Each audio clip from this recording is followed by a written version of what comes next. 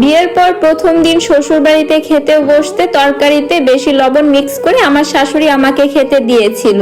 আমার মনে হয়েছিল আমি বুঝি এখনই মরে যাব, কারণ তরকারিতে ছিল অসম্ভব রকমের ঝাল। এক নোকমা খেয়ে আর খাওয়ার সাহস হলো না। কি করব ভেবে না পেয়ে প্লেটের খাবারগুলো নাড়াচাড়া করছিলাম। আমি নতুন বউ, তাই কাউকে কিছু বলতে পারছি না, শুধু এদিক ওদিক তাকাচ্ছিলাম। তখন শাশুড়ি মা ধমক দিয়ে বলল, কি হলো বৌমা, খাচ্ছ না কেন? খাও, আমার নিজের হাতে রান্না করা খাবার, সবগুলো খাবার না খেলে বুঝবো আমার প্রতি তোমার কোনো মায়া মমতা নেই। শাশুড়ি মায়ের কথা শুনে আমার স্বামী আর আমার ছোট ননদ আমার দিকে তাকালো। তখন আমি মাথা নিচু করে বললাম, অবশ্যই খাবো মা।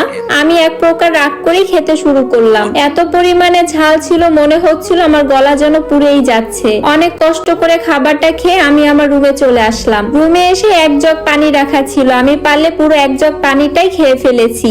আমি ঝালের কারণে ছটফট করতে লাগলাম। এর মধ্যে আমার স্বামী রুমে আসলো। আমি তখন অনেক করে পানি খাচ্ছিলাম, আর আমার স্বামী এসে আমাকে বলল, এই বাড়িতে আসতে না আসতেই নতুন করে কি নাটক শুরু করছো? আমার চোখে জল জমে গিয়েছে ইতিমধ্যে। বুঝতে পারলাম না তা ঝালের কারণে হলো নাকি আমার স্বামীর এইরকম ব্যবহারের কারণে। তারপরে আমাকে রাগ দেখিয়ে আমাকে কিছু আর না বলে ওয়াশরুমে চলে গিয়েছে। আমি মনে মনে ভাবলাম, হে আল্লাহ, আমি এই কোন পরিবারে চলে আসলাম? এখানে তো দেখছি সবই পাগল, আর আমি সারাটা জীবন এখানে কিভাবে থাকবো আমি তো ভেবেই কুল পাচ্ছি না। বাবা মায়ের একমাত্র মেয়ে, আমি কোনো রান্না পারি না, নিজে থেকে যা শিখেছি ততটুকুই পারি। 2-3 মিনিট পর আমার স্বামী ওয়াশরুম থেকে বের হয়ে আমার দিকে এক পলক তাকিয়ে তারপর রুম থেকে বেরিয়ে গেল। আমি কিছুই বুঝতে পারলাম না ওর তাকানো দেখে। রাতের বেলা সমস্ত রান্না বান্না আমি করার দায়িত্ব নিয়েছি। মাছ ভাজার জন্য গরম তেলে মাছ দিয়েছিলাম। মাছ ভাজতে ভাজতে আমি যে কখন পরিবারের চিন্তায় চলে গিয়েছি টেরই পেলাম না। আমি ভাবতে লাগলাম, বাবার বাসায় কতটা আদরের মেয়ে ছিলাম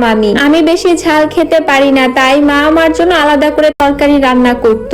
আবার শখ করে গরমের মধ্যে রান্নাঘরে গেলে মা এসে বলতো, এখন তো রান্নাঘরে থাকতে হবে না, যা রুমে যা। আর বিয়ের দ্বিতীয় দিনই শাশুড়ি মা আমাকে রান্নাঘরে পাঠিয়ে দিয়েছে। এসব ভাবতে ভাবতে শাশুড়ি মা আমাকে ধমক দিয়ে বলল, শাশুড়ি মা বলল, তুমি এভাবে দাঁড়িয়ে দাঁড়িয়ে কি ভাবছো? কড়াইতে দেখো তো মাছটার কি অবস্থা। আমি কড়াইয়ের দিকে তাকিয়ে দেখি মাছটা একদম পুড়ে গেছে। রাগী চোখে শাশুড়ি মা আমার দিকে তাকিয়ে বলল, তোমার মা কি রান্নাঘরের কিছুই শেখায়নি তোমাকে? রান্না কিভাবে করতে হয় সেটাও তো দেখছি তুমি জানো না। আমি অপরাধীর মতন মাথা নিচু করে দাঁড়িয়ে আছি। শাশুড়ি মা বলল, এটা তোমার প্রথম দিন, তাই তোমাকে মাফ করে দিলাম। দ্বিতীয়বার যদি তোমাকে আমি এরকম কাজ করতে দেখি তাহলে তোমাকে কঠিন শাস্তি পেতে হবে, কথাটা মনে রাখবে। কথা বলে আমার শাশুড়ি রান্নাঘর থেকে চলে আসলো। 1 সপ্তাহ পর আমার স্বামী আজ বেতন পেয়েছে, তাই আমার স্বামী 3টা শাড়ি এনেছে। একটা আমার ননদের জন্য, একটা আমার শাশুড়ি মায়ের, আর একটা আমার জন্য। সে শাড়ি 3টা এনে রেখে চলে গিয়েছে, বললো যার যেটা পছন্দ সে সেটা নাও। আমি এক কোণে দাঁড়িয়ে শাড়িগুলো দেখছি।